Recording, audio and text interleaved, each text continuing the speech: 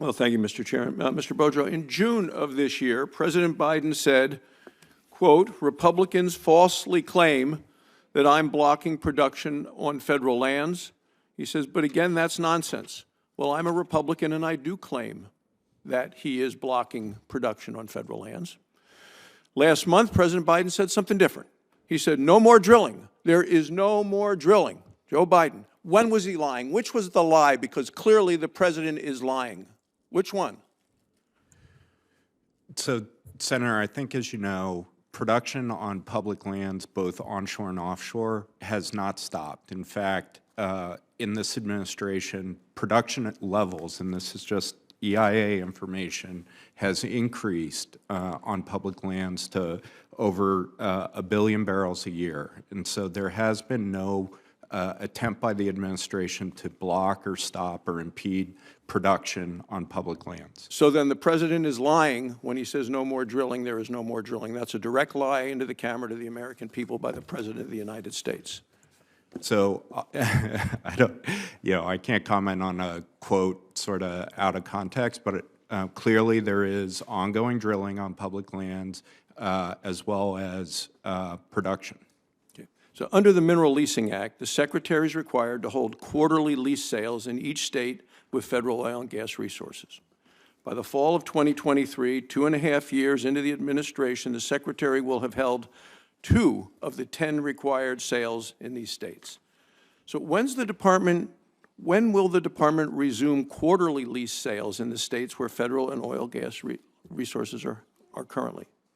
So part of what I appreciate about the bipartisan infrastructure law and now the IRA is that it does lay out a clear path, as we discussed with Senator Manchin, for our oil and gas leasing programs. That requires a period of adjustment to comply with the law, but we are moving forward with onshore leasing through the BLM in association with our renewable energy programs on public lands as well. So I would remind you that a federal court has directed the Secretary to comply with the Mineral Leasing Act. And I'm beginning to question whether the administration believes that it's in the rule of law, because it's not behaving that way. Another question.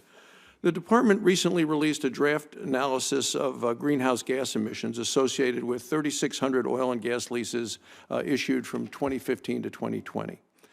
Until the department finalizes this analysis, thousands of leases and permits remain in limbo.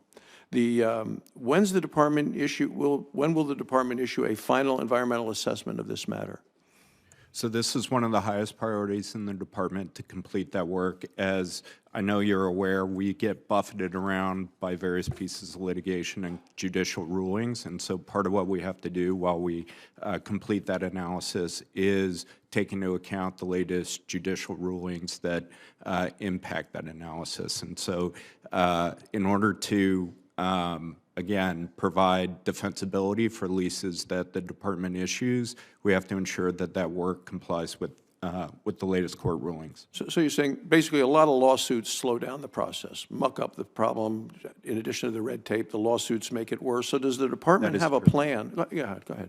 No, that is true. Okay. Does the department have a plan to apply the final assessment to the 3,600 leases so it can issue drilling permits in a timely manner? Yes. Okay, thank you. Finally, in July, the Secretary released a proposed offshore oil and gas leasing plan for 2023 to 2028. One option the Secretary is considering is to offer no leases during the entire 5-year time period. I'd remind you that the federal oil production accounts for 27% of all U.S. oil production. We're 1 million barrels a day behind where we should be at this point. How can the department justify ending offshore oil and gas lease sales when President Biden continues to beg overseas dictators for more oil?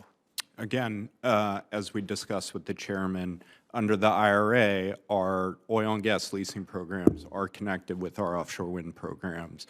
What you saw in step 2 of a 3-step process and development of a new 5-year leasing program is simply a statement of the range of possibilities from no lease sales under the Secretary's authority to essentially the same number of lease sales that was included in the previous 5-year plan completed at the end of the Obama administration. So to follow up on the issue of the Infrastructure Act, under the Infrastructure Act, Congress appropriated over $28 billion to the Department of Interior This is nearly twice the amount of, in addition to the annual budget of about $14.5 billion. The Democrats' Partisan Inflation Act appropriated another $6.6 billion to the department, staggering amount of money. What new controls and protocols has the department put in place to prevent waste, fraud, and abuse of this spending? Absolutely, and as I think you've heard, the administration, including the president himself, has placed an extremely high priority on ensuring controls and prevention of waste, fraud, and abuse, and the implementation of both of these bills. We take that extremely seriously. I meet with our Inspector General every other week to talk about a host of issues, including their programs, and they have new funding under the legislation as well, to work with us to ensure that there are appropriate safeguards. And we're also being mindful about economies of scale as we make these investments to ensure that the taxpayer gets full value from, again, these transformative investments under both of these pieces of legislation.